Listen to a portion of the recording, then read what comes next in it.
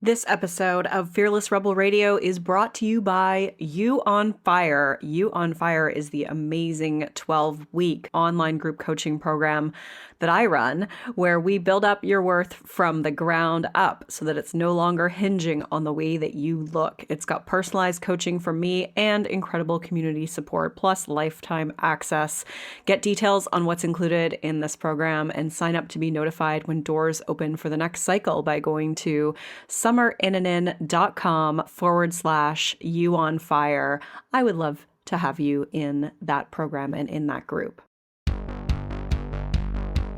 This is Fearless Rebel Radio, a podcast about body positivity, self-worth, anti-dieting, and feminism. I am your host, Summer Inanen, a professionally trained coach specializing in body image, self-worth, and confidence, and the best-selling author of Body Image Remix. If you're ready to break free of societal standards and stop living behind the number on your scale, then you have come to the right place. Welcome to the show. This is episode 157, and I am interviewing Holly Whitaker, author of Quit Like a Woman and founder and CEO of sobriety school Tempest, about how alcohol culture strips us of our power, the patriarchal nature of AA, and her approach to becoming a non-drinker geared towards women and other marginalized groups. You can find all the links and resources mentioned in this episode at summerinanen.com/157. First, let me give a shout out to Nicketlu. That might be the code word. Anyways, it's a 5-star review that says, love, love, love. Why haven't I listened to this show sooner? I discovered Summer while listening to Christy Harrison's podcast, and I had to subscribe. I love her messages regarding food and body positivity. I have struggled so long with pseudo dieting and have had more off days than on days, but listening to her podcast always lifts my spirits and keeps me moving in a positive direction. Love her message. I would definitely recommend this to anyone having body food insecurities. Thank you so much. What a lovely, lovely review. And you can leave a review like that too if you go to iTunes, click ratings and reviews, and click to leave a review or give it a rating. I always appreciate the reviews. I do read them, as you can see, and it helps others to find the show. More importantly, so does subscribing. So that takes 2 seconds. Just hit the subscribe button on whatever you use to listen to podcasts. And lastly, if you haven't already done so, get the free 10-day body confidence makeover at summerinanen.com/freebies with 10 steps to take right now to feel better in your body. And remember, you can always just go to thebodyimagecoach.com to get all the resources that I mentioned, because that'll redirect you to my website. Today's guest is Holly Whitaker. Holly Whitaker is the founder and CEO of Tempest, formerly Hip Sobriety. With years of experience in the fields of healthcare and tech, she created an individualized recovery program in 2014 through a virtual platform that offers education, community, and support services. She lives in Brooklyn with her cat, Mary Catherine. This conversation is really fascinating, and Holly's book, Quit Like a Woman, really opened my eyes. I've always been someone who can just, casually drink, and it has not impacted my life in a negative way. And to really read about how it starts to strip us of our power and look at it from a feminist perspective and look at the recovery world from a feminist perspective was just really mind-blowing to me. So I hope that you enjoy this conversation as much as I did. And if you're curious to learn more, the book is awesome. It's really well written. And I appreciated how she included fat phobia when she was talking about various social oppressions. I think that sometimes that piece is missed from those conversations. So I especially was digging it when that was included. All right, well, let's hop into the interview and get started with the show. Hi, Holly. Welcome to the show. Thank you, Summer. Excited to be here. Yeah, I'm really excited to have you here. I have had a couple of clients tell me that I needed to have you on the show. I had a couple of clients that have done your program. I think when it was called Hip Sobriety, and they were like, you have to talk to this woman. She's really aligned to the kind of messaging that you are putting out there. So I'm really honored to have you on the show. And I just have to say, your book is amazing. It really blew my mind in so many ways. I never really thought about alcohol in that way before. And it just was In what way? Well, just as something that is really co-opting feminist ideals and something that is really keeping us more powerless. And like it just, because I'm always like, my focus is on diet culture, and I see how dieting strips us of our power. And yet that is so normalized. And so to then see alcohol as like this other huge component that strips us of our power, that's embedded in our culture and normalized. Anyways, we'll get into all that. But I was just like, holy shit, I never really thought about it that way. And this is like, this is such important information to put out there. So I know I'm jumping the gun a bit, but I'm like chomping at the bit. I'm like, can we just go from there? Oh, sure. Yeah, sure. At some point I would love you to just introduce like how you got into the work a bit, just to weave that in, because I know that always connects people a little more just with your story. Yeah. So let's put a pin in real quick then, because I think it is so interesting, like the awareness around diet. I have never actually until this moment. I mean, I obviously know diet culture is like just one of the ways that we're oppressed and kept from our power and chasing these ideals that suffocate us and make us kill ourselves and all of this shit. And I also think, like, I've never really thought about why can't we leap from like that culture to drinking culture? I never even thought of that until just right now. I mean, in that light of how you were talking. So I want to go back to that, but I'll really quickly say I'm Holly.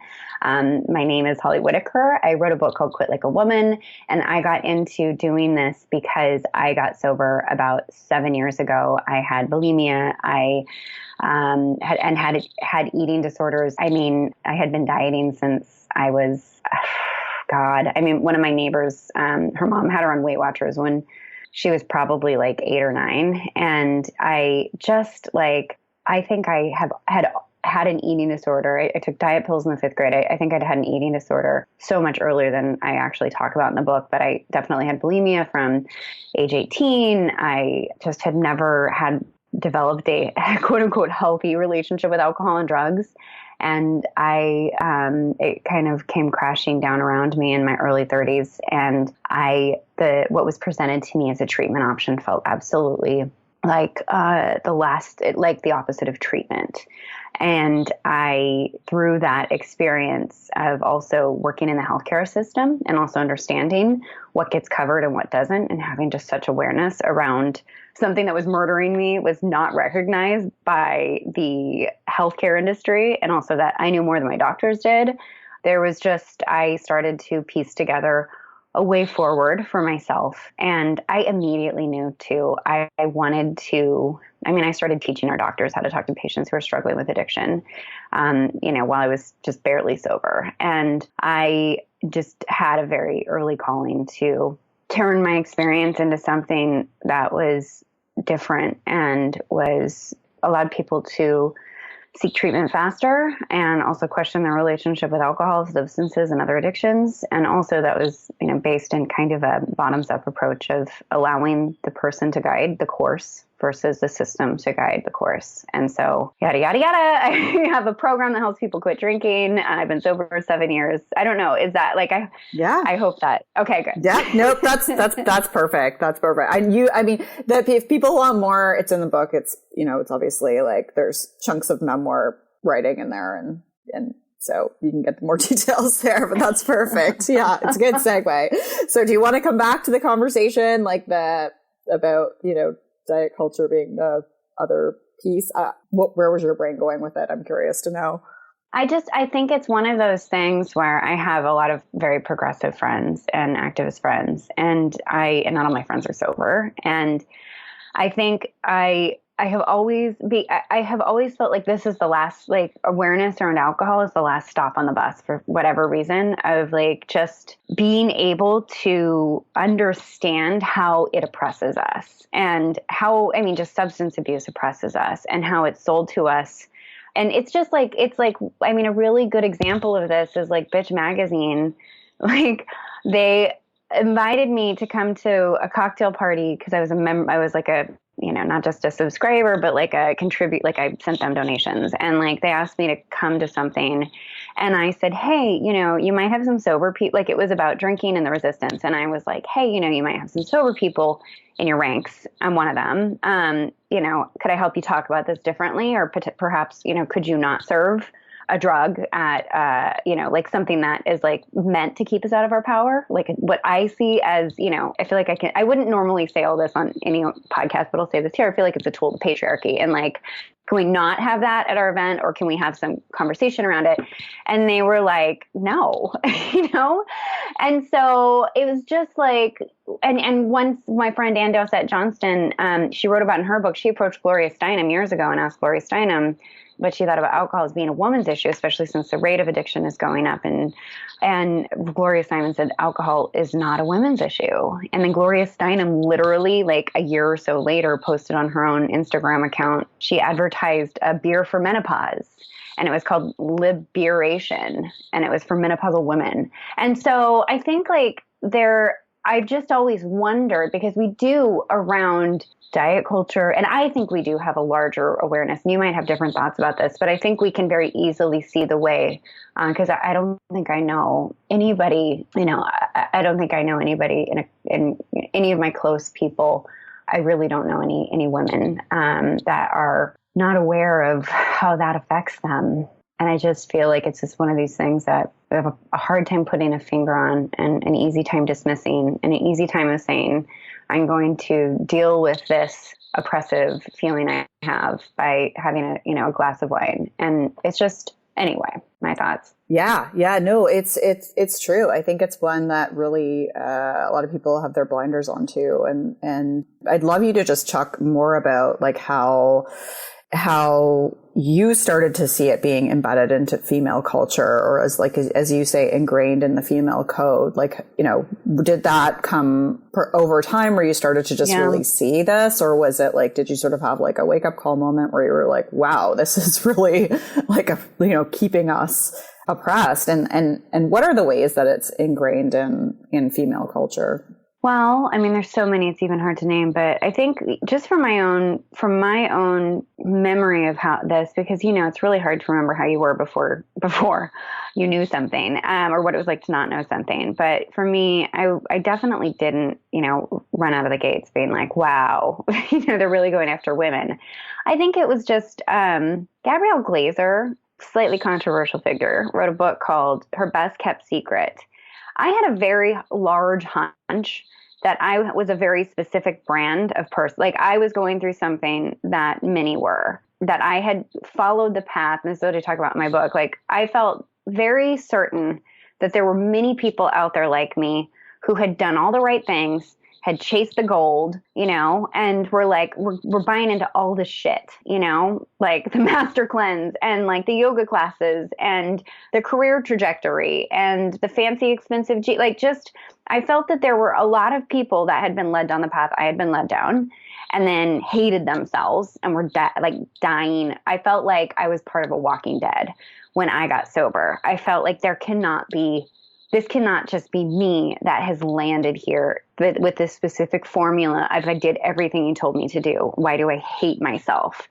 And I think that brought a little bit of awareness. And then Gabrielle Glaser wrote a book called Her Best Kept Secret. And it was just talking about the prevalence of drinking she was mostly talking about like suburban moms. Like there was like a ritual of recycling that happened and I did this, I would take my recycling to different bins, like there's this ritual of covering it up. And that's not just to women. That's like anybody that has a drinking problem. We get really sneaky about how we had our bottles. And so I think like that expanded my awareness, and she was writing about the prevalence of it with the women. And Dowsett Johnston did a lot. And I think that and just influencer culture and seeing how that worked. And I think it's also just when you stop doing something, you start to see all the ways it shows up.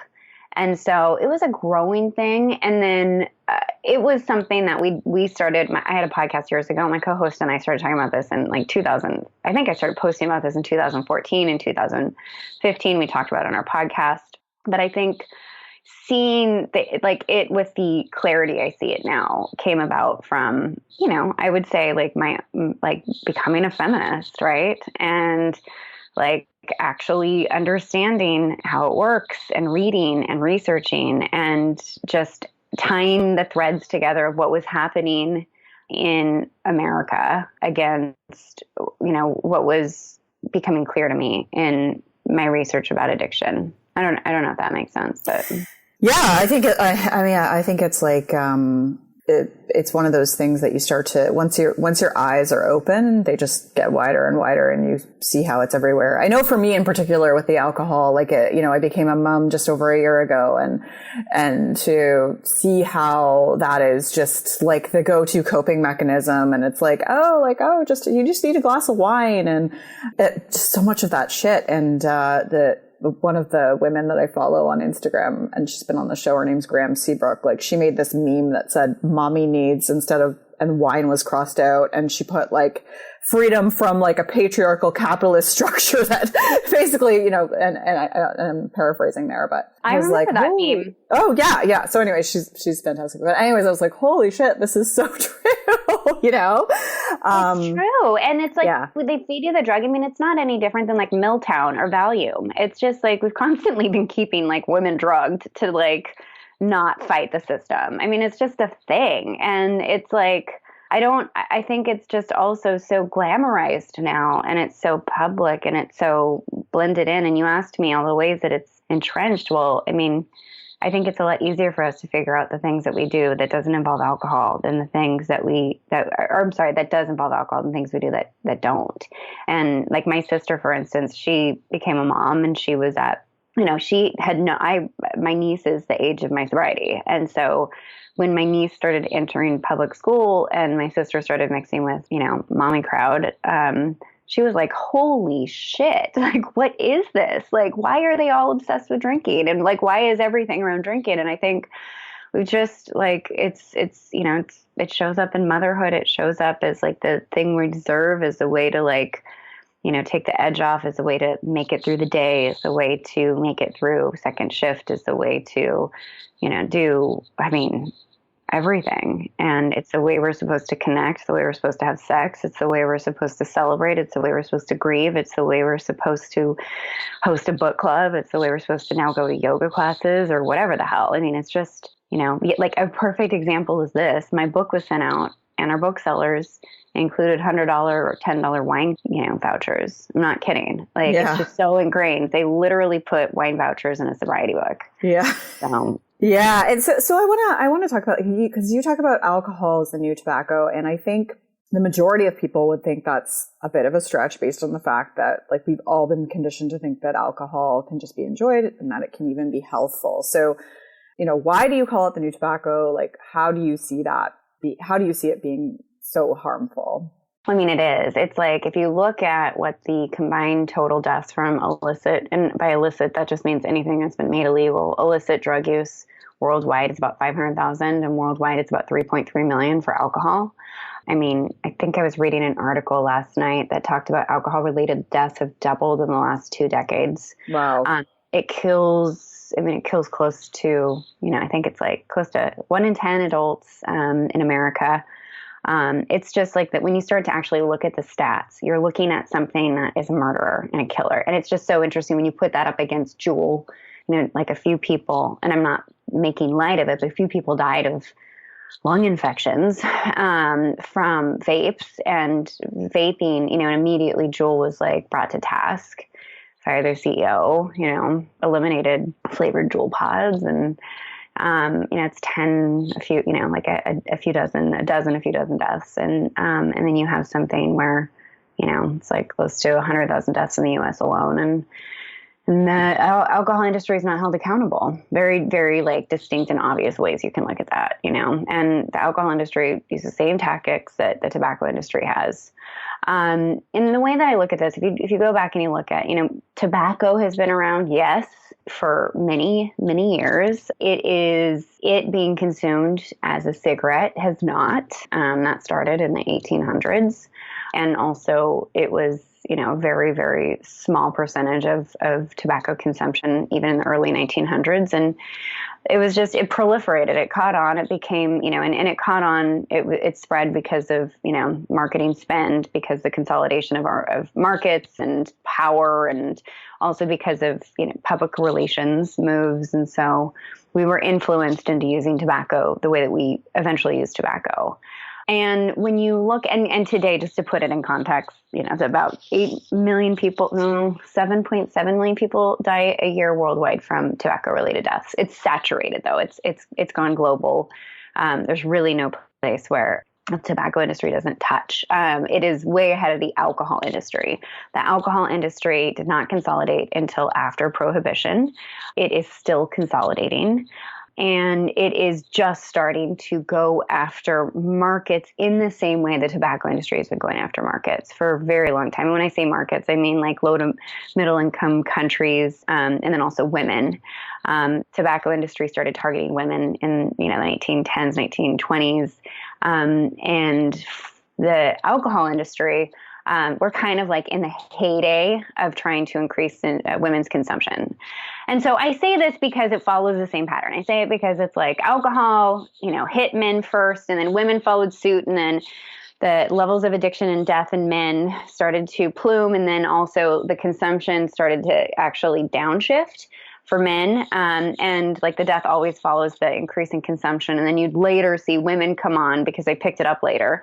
And then you'd see their death rates and their addiction rates come in after.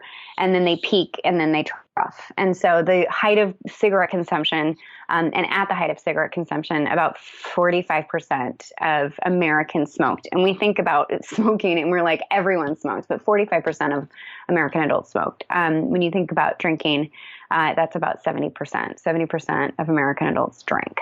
And so we have, the way that I look at this is we have a drug. We have a drug that we are conditioned to consume. When we come of age, we're basically expected to consume it. That's the natural course of it. There is, 2/3 of us consume it. And then not only that, we're dying at faster rates than we ever have before from it. From increased marketing, from increased production, from from lots of different pushes and pulls. And so the way I say it is just like, it's one of these things like, for me, I always thought I had to make alcohol work. I never thought I had to make cigarettes work. I was shamed for smoking. I was, people just had no problem telling me I was disgusting for smoking. And I was rewarded for drinking because we had two very different relationships with both those substances by the time I was in my late 20s and early 30s. And so I think it's what I mean by that is that I just think our attitudes change so quickly and can change so quickly. And you already see this. There was like the first year that there was dry January, there was like a few thousand Americans that were part of it. And I think last year was about 4 million. Attitudes do shift really quickly once we start to become aware of something. And so the way that I look at it is I just do not see how, knowing what we know, knowing how many people actually die from it, and then also all the other ills related to it. It's tied up in all sorts of things like sexual violence and domestic abuse and car accidents. And so like knowing kind of its collateral damage, or what it's an accomplice to, knowing, how much profit is made off of it, knowing the death rates and and also the rising consciousness. Big pharma has been under it. Big tobacco has been under it. I just don't see, one, our attitudes toward alcohol remaining the same. It is changing. And two, I don't see us knowing how we are allowing it to go on for much longer without holding corporations accountable for death. They have absolutely no accountability to something that they sell. And you look at tactics, if you start digging into some of the shit that's happening in like Africa, or India, where it's just, it literally, the way that it's forced on communities that have no history of alcohol consumption, or some communities that have no history of it, it's just, it's horrifying, and it's profitable. Yeah. Yeah. Wow. Yeah. It's so interesting because just so much of that I didn't know, or, obviously hadn't spent time learning about. So it was really eye-opening to see that. And so, if people are listening to this and they're thinking like, oh, I don't have a problem, or maybe they think, oh, maybe I have a problem, but it's so normalized. Like how is one person to know whether it's a problem for them, and whether they need to seek out support other than just trying to, navigate this on their own? Yeah, I mean, I think it's it's so weird because we have an online program. We're closer to, we're not like a free community support. We actually have a program that helps people that's closer to like an IOP or like outpatient or intensive outpatient. So I think it's so interesting because what we do is all digital. And we have worked with people that are, we've worked with people that kind of have been trying to quit for sometimes decades, that are able to, or people that you just immediately assume need to go to rehab. And some people do, and I think it's to say like, I guess a couple of things I want to say to this is one, I was really, really sick, like very sick. And I ended up figuring it out on my own because again, there's really no good institution of recovery that exists that's accessible. And that was, to me, the only choices that I thought I had. I think like having this thread of, we typically think like of addiction as incurable, as something that hounds you for the rest of your life. And I think the main thing I do want to like kind of impart is that, I don't even know how to say this. I guess what I want to say is we have kind of this idea that only really, really sick people get really, really intensive treatment. And people in the middle just kind of wait or try and change it. And so the way that I look at this is rather than looking at, like you're a 7.5 on a scale of 1 to 10 alcoholic. I typically just ask people to ask themselves if it's serving them and if it's not, like that, go from there. I think for most of us, we know, like, it's not like, alcohol is neither here nor there to like my mom. And it's basically like that to my sister. And so it just doesn't register. And so I think like for those of us that have an itch with it, the way I like to look at it is just like, does it take something from me? Does it cause me concern? Does it not feel right? And I think like that's where we move from, like just that kind of like internal gut check of this does not feel right to me, or I want to change this, or I want to look at this. And I think from there, it's that awareness. The question that we've held up for so long is, am I an alcoholic? Okay, no, I'm not. So then I'm going to keep drinking. That's just basically it. We carve people up into normal drinkers and into like really sick people that are allergic to alcohol, instead of looking at a spectrum. And there is a spectrum. And so I look at it as something where it's just about awareness. And from that awareness, people ask me all the time, where do you start? And I'm always like, here, by asking this question. I don't know, like here, like in the place where you just start to observe your relationship with something. And then from there, bringing into, for me, it was just a book, and then it was therapy, and then it was, meditation. Like there was so many different things, but it started to basically, like anything else, like you said at the beginning, your eyes get bigger and then, they grow wider and wider, like you can't unsee, and then you start to see more, and you also start to service yourself in that way. Yeah. Like I think in the book you say, instead of asking, am I an alcoholic, ask like, is this getting in the way of my life? Is that the question that you use, which I think is really helpful. And you said that we should stop using the words alcoholism and alcoholic. So I'd love you to talk about why that is and how that impacted your sobriety. Yeah. I think I came into sobriety. I found a book, and it was a very different type of book. And it was essentially just saying just like somebody that quits cigarettes is a non-smoker. When you quit drinking, you're a non-drinker. You're not an alcoholic. And it changed this idea. It actually allowed me to look at my relationship with alcohol, because then I wasn't trying to qualify not qualify. I didn't want to be an alcoholic. It ran through my family.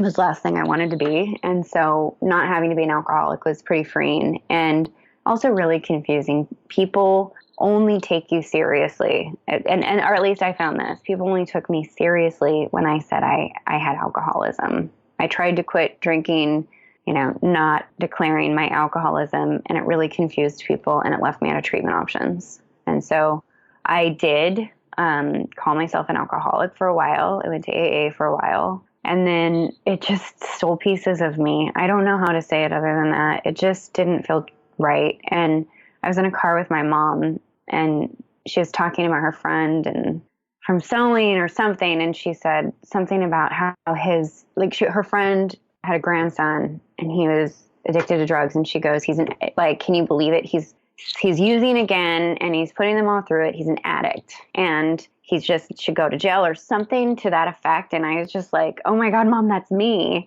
I'm like, you're talking about somebody like they're a criminal and like they are the problem instead of somebody that's sick. And I was just horrified by it. And we had this long conversation, and my mom had cancer. And I was just like, we never talked about my sickness. We never talked about my healing. It was something I did on my own. It was something that my mom did with support. And we stopped at a train station, and I just was like, and excuse me, I'm going to cry a little. I just said, I don't understand what the difference between you and I are. And I do not understand why yours qualifies you for sympathy and mine qualifies me for selfishness and unreliability. I don't understand why mine is something I did to myself and yours is something that was done to you. And I don't get these different things, and I don't see why you can talk about how you can see someone that is struggling with the same thing I had as a problem to be thrown out. And well, instead of a person to be saved. And I mean, that's like, I think the genesis of it, which is just, I am not like that. Like and I don't believe that about anybody. And I think what we have allowed ourselves to do, because if you go back into the history of mental health treatment and addiction treatment, especially, or the history of the United States, it's puritanical. And typically the side effects of addiction are bad behavior and bad decision making. And we like punish people or abnormality or not walking the line, and so we punish people for the moral implications of their sickness instead of reminding them that they're good and helping them heal from there. And I think that when I have had to break my close ones of this. Stop calling people alcoholics. Stop calling people addicts. There's somebody that is, either struggling with alcohol use disorder. There's somebody that's struggling with an addiction or experiencing an addiction. But it's just, just don't. And people, I also at the same time, people are allowed to call themselves whatever the fuck they want. This is not about, hey, you shouldn't call yourself an alcoholic. This is about like how we refer to sick people, and how we basically write them off as a label. People are explained to me as schizophrenic, so it's as if that says everything about them, or addicts or alcoholics, as if that just solves everything. And now I understand exactly what I need to know about them. And I think that it is, I don't know. I could go on forever about it, but the crux of it is just that those labels are synonymous with all sorts of things, and typically they are not synonymous with, a worthy human being who is in pain and deserves to heal. And so, yeah, that's one reason. Yeah. Well, yeah. It's stigmatizing language, I think. Yeah, deeply. Yeah. Well, I appreciate you sharing that story. I really do. Yeah. I still remember what it was like. Just one of the clearest moments and I was probably like 9, it was Christmas, so it was probably like 9 months. So I've been dealing with that shit for 14 months at that point. And it was just, everyone was like, there goes Holly again with her, and it was just the way I was treated, because what my sickness was labeled was so bizarre. It's so bizarre. Yeah. Yeah, so important for people to hear and really think about and shift the way that we, treat people and talk about people. And yeah, I could go on about that too, and how it relates to, homelessness and things. Anyways, right. But I really want to talk to you about recovery and the patriarchal nature of AA. So I hope you don't mind me shifting gears into that, because I really do want to dig into that. Yeah, super fun topic that hasn't, I don't know. Did you see the New York Times post? Yes, I did. Cool, cool. I'm so glad. And and some people in the circles that I'm with, the anti-diet professional circles that I am in, were circulating it. So I was happy to see it reaching those people too. So yeah, can you talk about that? The patriarchal nature of Alcoholics Anonymous, how that works against intersectional feminist ideals and can further hurt marginalized groups? One of my favorite books is called At the Root of This Longing by Carol Lee Flinders.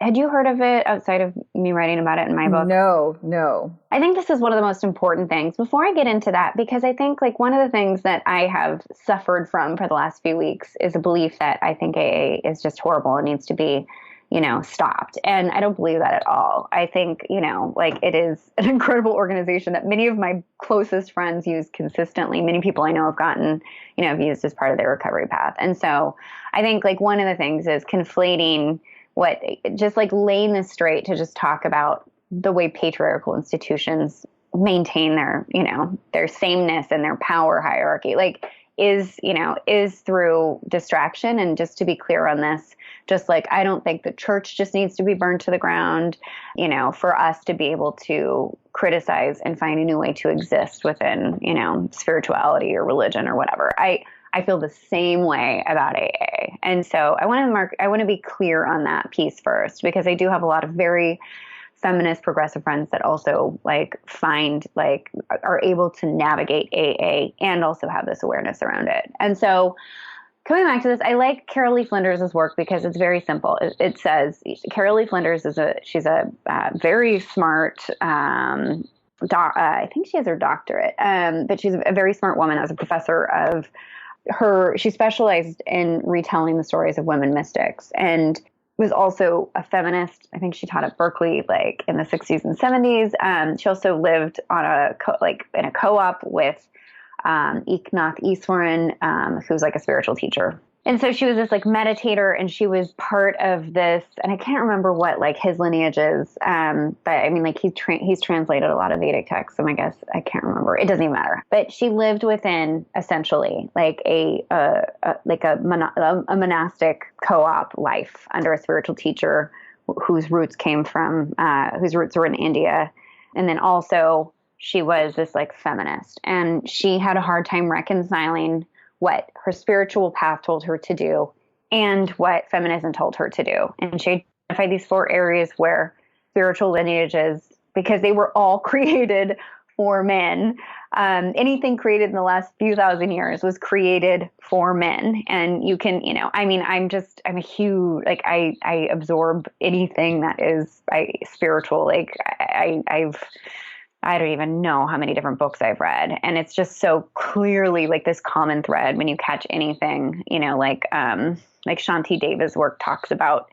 It's all written to men, and women are always the side thing. They're always the thing that you can't be in a room alone with, or the thing that will take you down, And so all of these spiritual lineages were made for men, and they were made to break down male privilege and into spiritual purity. And so they assume that the person coming into this has a voice, and then, silence is the antidote to that. They assume this person has a highly developed sense of self and ownership of the world and power, and that the antidote to that is basically, just burning the ego down.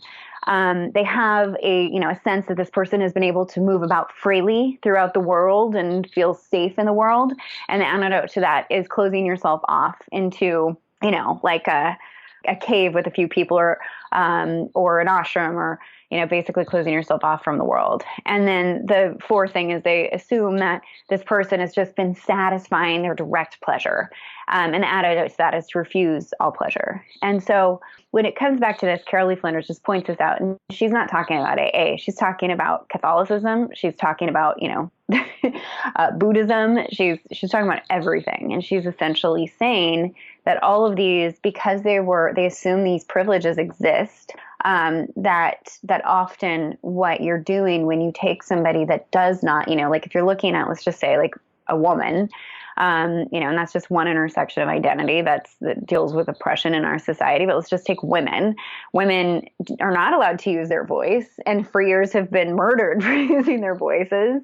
Women are not allowed to move about in the world freely. I still am, I don't walk in certain places at night. I still don't have the right to move around in the world freely. Women they're not chasing their desires, like our desires are often like shown to us through the lens of what males want, what men want. And we don't have a sense of owning the world. We just don't, because we never have. And so to, essentially assign these things to a woman is to ask her to renounce something she doesn't have. And it is not it is not getting to spiritual purity. It's getting to, it's basically it's going in the other direction. It's creating a sicker person. And so I think it's really important, like, AA came from a evangelical Christian organization, and it was created for, by two white, straight, cis, hetero men, who, were upper middle class. And so this isn't to say that no one can move through it without being hit over the head with, like patriarchal messaging. And there's a lot of people that have, can make it work. But it is to say that if you look at a book that was written in 1939 and hasn't, changed since, I think the 12 steps written in 39, and then the book was written in 37 or 35. I can't remember off the top of my head right now. But you look at something that's like 80 years old and that hasn't changed. And you look at the language in it, and you also look at the practices.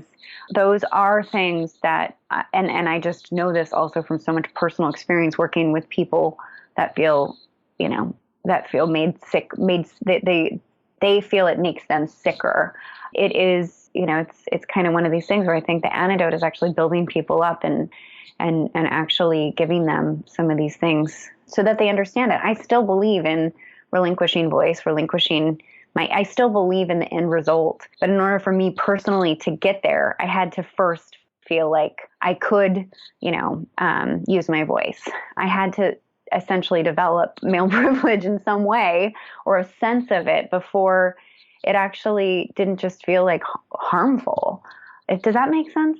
Yeah. Like one of the quotes I highlighted from your book was, women aren't sick from an overdeveloped sense of ego or a pathological lack of humility because all we've ever done is chase our desires. We're sick because we don't have these things and haven't done these things. And I feel like that is, it's essentially the practices. And you go into this in more detail, because for those of us that aren't familiar with AA and the principles, because I certainly wasn't really, aside from like what I've seen on just like popular television shows, it's, you're essentially saying that it kind of pathologizes like humility and things like that. And like, whereas like we've never really like, we need to build up our power, not submit, I think is the essence of it. I think what heals us is getting mad. What heals us is being like, what the fuck is happening? Like, what heals us is feeling like we are. I mean, there's all sorts of different things that I think like that are the opposite. And it doesn't mean at the end that we all don't just kind of get there. I just like through the same, I do believe in an end result. I was working with my therapist a couple of weeks ago, and I said something about humility didn't repulse me for the first time. I mean, I've always been attracted to the idea of humility, but like thinking about using that as a way to move through the world, it wasn't at first about humility. It was about having the right to exist. It was not about being small and being meek. It was about, essentially feeling like I was worthy.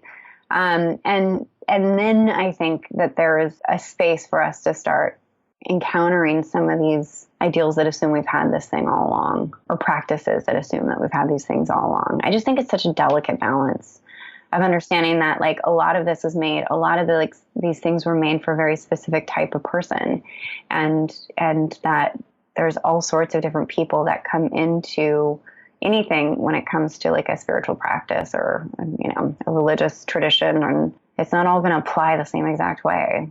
Yeah, well, and we have to wrap things up because of time. But, one of the things I just want to mention, and that is just, in the book, and I'm assuming like, in the sobriety school, Tempest, like you go into like the 6 elements of feminine-centric recovery. And so if people are wanting more, like the sort of like, how do I do this? Like, what's the approach you recommend? Like, it's all in the book. And well, you can tell people where they can find more of you now. So where can people find more of you if they want to learn more and get support? Yeah. I mean, the book is a great place to start. I have a blog up called hipsobriety.com. It's my old blog. I'm no longer really adding to it, but I've been writing about this stuff for years. And so it's got a lot of really great resources, including what to do, how to start. I run a company called Tempest, and we have a program that helps individuals encounter and change their relationship with alcohol. We're really focused, though, on essentially helping you create a foundation for healing versus just abstinence-based. And it's for people who are just questioning, all the way down to people who are wanting to get sober now or attempting to get sober, to people that are, far into their recovery. Those are some places. We also have an incredible website called The Temper. And that's just it's a multi-contributor publication online that has tons of resources. Yeah. And I'll link to all those in the show notes. And my hope with this is that we get more feminists on board with seeing the impact this has. And, I hope too. Yeah. Like as you said in the book, it's like, why are we so mad at everything and not mad at what alcohol is doing to us? And I think that's what I want to leave people with. But more people are getting mad. And that's how it starts. It just starts by us looking at something and being right. That doesn't make sense, because it's hard. It's hard to unplug from the matrix. Yes. Oh yeah. 100%. And to your point earlier, like, I know you're very lucky to not have like feminist friends in diet culture, but oh my goodness, do we see it like in feminist groups and stuff, people still posting about their diets and all that crap. That's right. So it is still there too. We got work to do. I know, it's so funny. And the other thing with that too is I work with a lot of people that have a history of, they have co-occurring. And I think one of the things too is just, and just as somebody too, that's, that's come out from underneath diet culture. Well, somebody that has been able to stop sticking her finger down her throat. And I think this is one of the things that I found too, is just there has to be, just like with alcohol, there has to be a gentleness around this. It's not like you've got to stop drinking this because it's bad and you're a bad feminist or whatever the fuck. It's about helping people come to the right decisions and the right language that is gentle and compassionate and allows them to be deeply imperfect, because all of us are. And so when it comes to the diet stuff, I see so much of it the second people stop drinking and they start thinking, oh shit, and it's just it's such a gentle coaxing of us to be here for other people, as they kind of have that uncovering of all of the ways that we're just stuck and caught in it. So anyway, I think, which is just to say, this is not about feeling bad for drinking. No. Yeah. I think it's just it's so important to say. Yeah. And I think it's just another way that we cope with this sense of unworthiness that we have that's based on the culture we live in. And so it's just another piece of that puzzle. So I commend you for the work you're doing and the bold book that you wrote, and hopefully others will pick it up, and good luck with the rest of your books. Thank you for having me on. This Thank you so much for your conversation. Thank you. Rock on. I hope you enjoyed that conversation as much as I did. You can find all the links mentioned at summerinnanen.com/157. And I just loved that conversation, and loved reading the book and sort of seeing the parallels between alcohol culture and diet culture, and how those play into our lives and how they strip us of our power. And it really made me think about alcohol in a different way. And I'm curious to know if you are thinking about it in a different way after listening to that or after reading the book. Just really, really interesting stuff. And I'm curious to learn more about it. So that is it for this week, and I will talk to you soon. Thank you so much for listening. Rock on. I'm Summer Innanen, and I want to thank you for listening today. You can follow me on Instagram, Facebook, and Twitter at Summer Innanen. If you haven't yet, go to Apple Podcasts and subscribe, rate, and review this show. I would be so grateful. Until next time, rock on.